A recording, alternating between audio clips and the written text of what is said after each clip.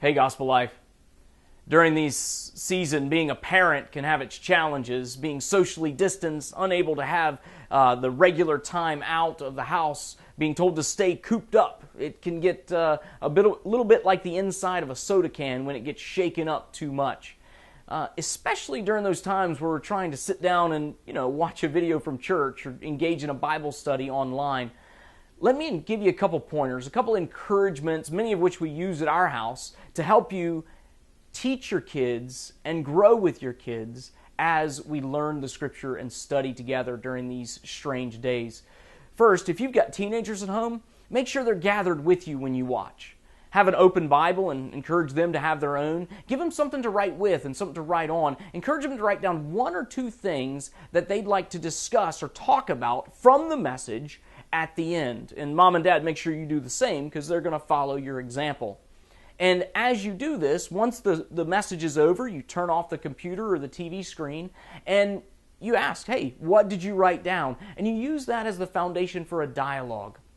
Share what you observed, what you'd like to discuss, how this would apply in this scenario or that, and use it as an opportunity to grow together, to encourage one another. If you got children that are perhaps a little bit younger but still can read and write, encourage them to have their Bibles open and give them a piece of paper asking them to write down 2 or 3 things that they hear from the message. It could be a word that they don't understand or a question about something that was said that they need explaining. Or it could be something they heard they're excited to know about who God is and what Jesus has done. And then encourage them on the bottom of that front page to draw a picture, something from the message. And then on the back, draw a picture of them applying something from the message, something that they could do with what they've learned or what they've heard. Then at the end, ask them what they've drawn. Ask them the things that they wrote down and use it again as a foundation to talk about what we're learning together through this time. If you've got children that don't know how to read and write yet, they can still enjoy drawing a picture. So open up the box of crayons, give them a big piece of paper, and tell them to draw. Draw something they hear. Draw a picture they'd like to show you at the end. And that keeps them busy while their ears are open. I know at our house, with our littlest, Play-Doh is never far away.